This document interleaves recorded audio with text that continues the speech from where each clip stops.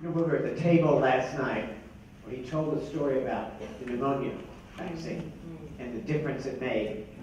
His face lit up just then. That is the difference that we make. You know, sometimes we don't, you know, we get so involved in having meetings and doing this, we forget the end result. The end result is that 80% of the ones that used to die of pneumonia aren't dying anymore. And now with the diarrhea vaccine, it's going to be the same thing. And so that's what we need to focus on when it's tough and they hang up on our call. You know, when we run into resistance, we've got to remember the payoff. That is it. The other thing that you said last night that you didn't say that I'm going to compliment for results. He said, you know, I just couldn't get over the fact that people in America would do all this work and spend all this time for people laid all the way on the other side of the world that they'll never see. Well, we see them through your eyes today, and we hear them through your voice and through your spirit. They come alive. That's what results is all about. Doing things for others that we'll never see, but we know is making a difference. Thank you so much again. Let's give another hand.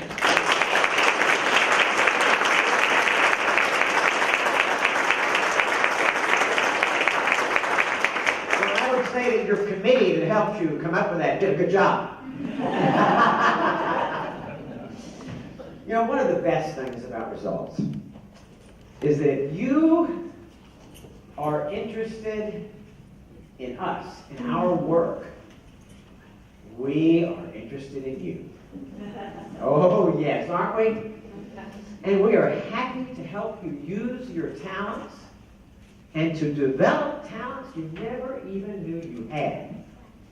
One of the greatest things about results is personal growth. No matter what your background, results will help you stretch and grow and find your voice so you can speak truth to power.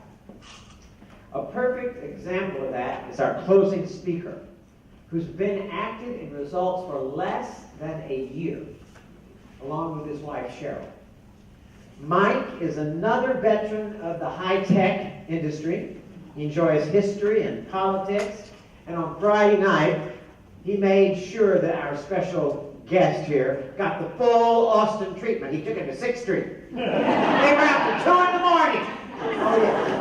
Right. You loved it, too, I know. That's great. So Mike became an active partner just really in the last 6-8 months. Got really involved. And he's become so passionate about our mission that we asked him to close our meeting today and to share his feelings about results and its importance with you. Please welcome Mike Yablonsky.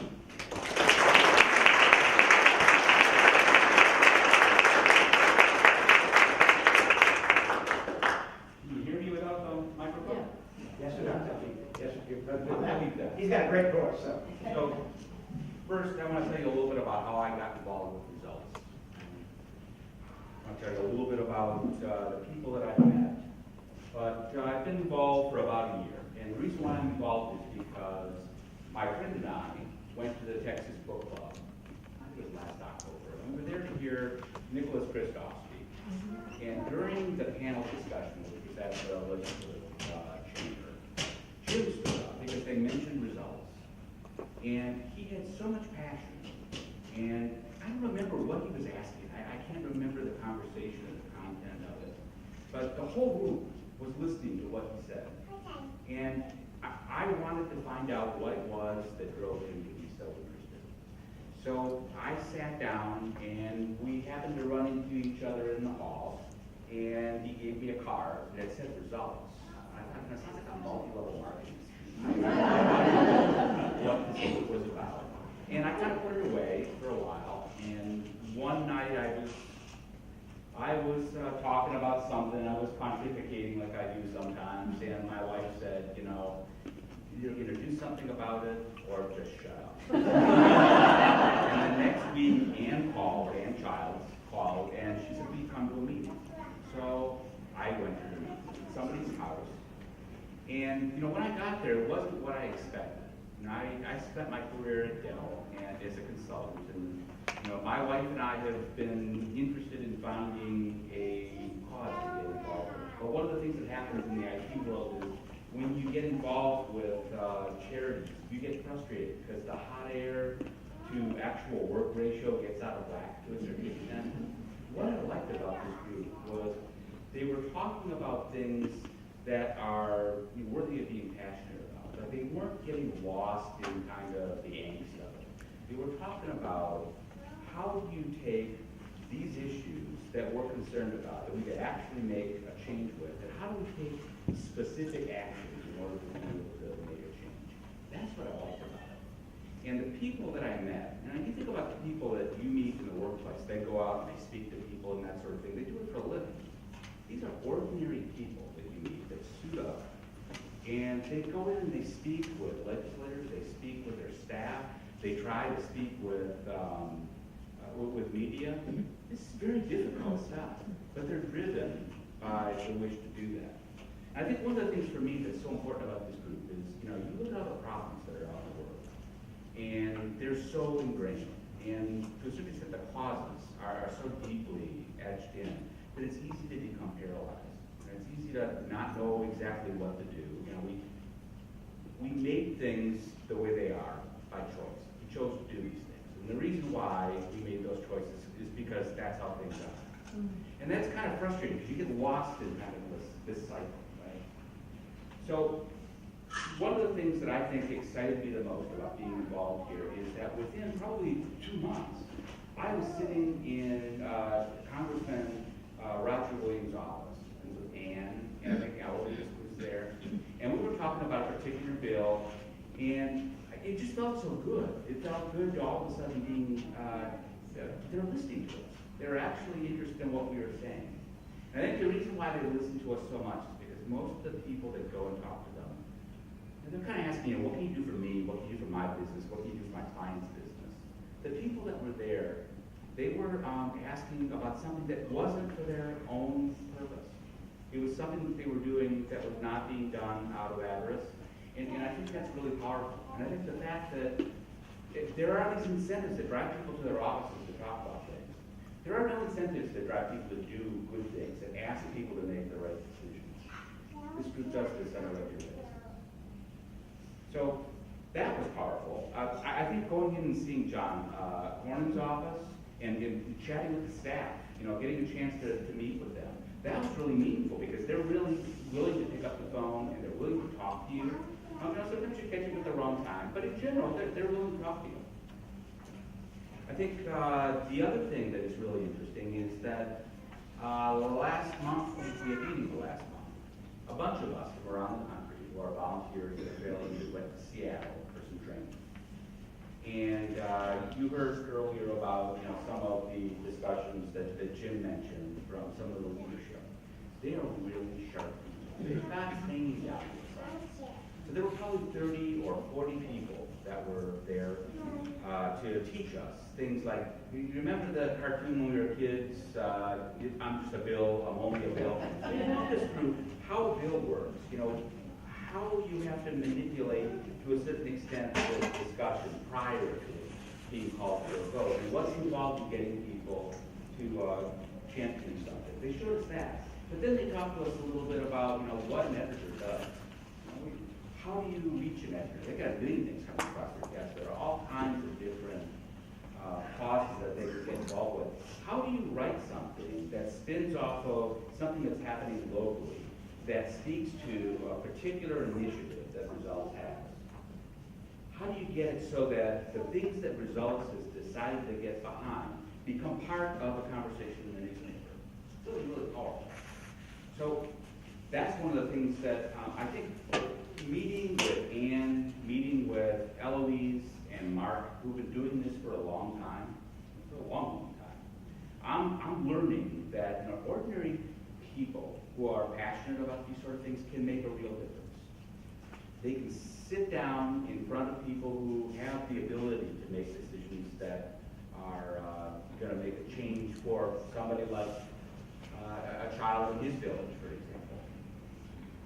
I've learned that there's a lot for me to learn. I can enjoy the experience of going and speaking with a legislator, but writing an editorial or trying to figure out how to build a relationship with an editor, that's really, really hard.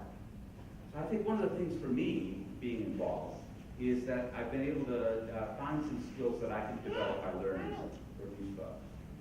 So I think one of the things I want to point out here is that there has been success. You know, I think you heard earlier, he had mentioned in Kenya, 200,000 child deaths down to 106,000. I'm estimating. But that's years. Some numbers that came out recently. In the last 20 years, the number of children below age 5 who died from preventable causes has gone from about 5 to 6 million, or from about 10 million a year down to about 5 or 6 million a year. That's amazing. That's a huge reduction. And you don't really hear about this too much, the success. You hear about the problem. I want you to think for a moment about what this problem means. If it's 5 million kids or 6 million kids that are dying per year, that means that 16,000 a day are dying from preventable, lack of health care, lack of maternal care, dysentery. You heard a little bit about diarrhea, the ability to have somebody there when they're born in case there's an emergency. All of these things, lack of vaccination, all of these things are preventable. But that's 16,000 children a day that are dying. Sat down and tried to grab that number. I just couldn't put it in my head. So I went out and I found a casket site. And I found a child's casket. It's about 3 feet long. If you were to take those 16,000 children and you were to put them into children's caskets and you were to line them up end to end, it would be about 10 miles long of caskets every day, which means that you could walk, each one of us, if we, at our average pace, it would take us about 2 hours to walk 10 miles. So you could walk 2 hours every day beside a row of caskets, every day. What's great about this, however, even though that sounds terrible, is that 20 years ago, you would have had to walk for 4 hours to get to the end of that line every day. And that's because there are people that are out there that are speaking to congressmen and to editors and to other people about technologies that exist. All these things already exist. There's nobody that has to invent things that necessarily have to solve these problems. They're already kind of there. And the momentum for clean water and that sort of thing just needs to be kind of corrected. And this group does that really, really well. So, you know, because this is not for me, I can be bold. And I can say that I have found that this is a group where money that you invest and volunteer time that you invest is leveraged. It's leveraged very well. There isn't any wastage in this. You have volunteer people who are giving of their own time in order to be able to do this. And they're doing it with specific criteria. They're hitting the nail on the head over and over and over again. So what I'm asking is, you're here because you care about people. You're here because you've given before, or somebody has asked you about this. This is the place that you want to make an investment. This is the place where you know that your investment is going to bear a dividend. So think about being more generous than you might have considered when you came in, because this is a good cause. You'll find on your tables some envelopes, and there are a bunch of choices that you can make. Now, one of the choices you can make is to give a lump sum on what the results volunteers in your organization are doing. There's also a monthly contribution that you can make. The other thing that we need is we need people who are willing to invest time, because it's the time and the energy that really makes the difference in making this work. So I want to thank you for listening to me for the couple of minutes that I've been up here. But I really am proud to be a member of this group, and I hope that as the years go by, this is going to be a major part of Cheryl my life. So I'm going to sit down and make my family's contribution. If you have any questions at all about about the specifics of volunteers around, talk to, and that sort of thing, thank you. Thank you. Thanks, Mike.